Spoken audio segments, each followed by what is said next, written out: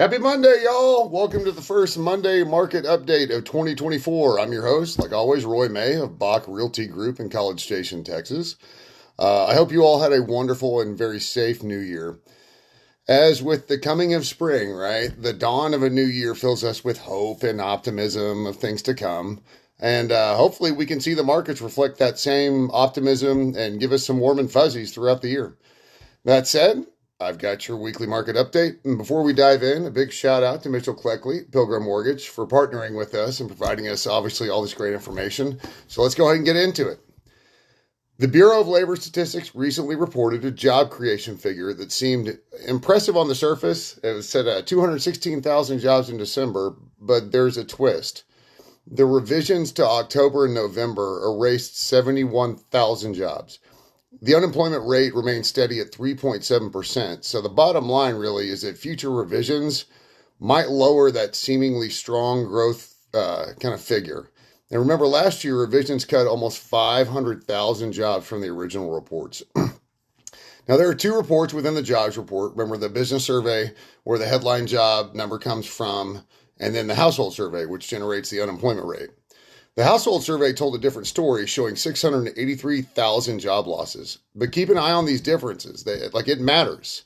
The business survey estimates from the payroll survey, it's a count of jobs, while the household survey provides an estimate of the number of employed people. So if a person changes jobs and somehow is on the payrolls of two employers during the same reference period, both jobs will be counted in the payroll survey estimates. On to private sector job growth, the ADP's employment report surprised us in a good way. Private payrolls were stronger than forecasted in December. They had 164,000 jobs added, with a lot of that in leisure and hospitality. Nella Richardson, ADP's chief economist, mentioned a return to a labor market aligned with pre-pandemic times. Now, that's great news, and the wage price spiral risk has pretty much disappeared. Now, in contrast, job openings hit a two-year low, dropping to 8.79 million in November. The hiring rate and quit rate also decreased, indicating less employer effort to attract workers with enticing offers. You got to remember, remote work may be affecting these numbers, making the situation look weaker than it really is. So that's just something to kind of take into consideration. Unemployment filings fell during the holiday season, but that's a typical trend.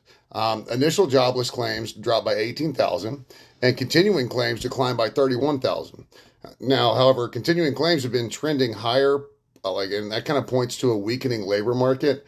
The holidays usually bring lower layoffs, but the increasing trend in continuing claims suggests that there's challenges in finding employment once you are laid off. Now, the Fed's minutes suggest that rate cuts are likely. After 11 hikes, I don't have enough fingers, 11 hikes since March 2022, there's a growing sense that inflation's under control. Most participants indicated a lower Fed funds rate would be appropriate by the end of the year. However, there's an unusually elevated degree of uncertainty, right? Rate cuts may happen, but the timeline of that is going to be uncertain.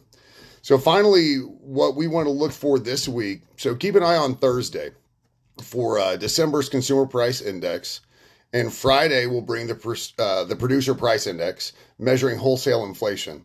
Also watch Wednesday's 10-year note and Thursday's 30-year bond auctions for demand levels.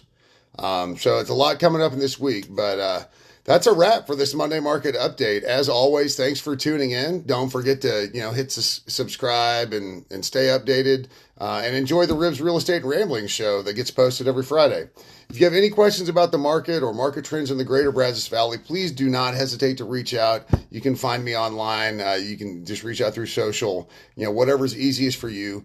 I hope y'all have a fantastic week. I hope you had just launched into 2024, ready to know what's happening and make informed decisions, and make this your best year yet, right? That's always your test, is whatever year it is, make it better than the last. And if you can, make it your best ever. So I hope y'all had a wonderful holiday season. I hope you had a wonderful new year. And with that said, enjoy your evening, and we'll see y'all next week.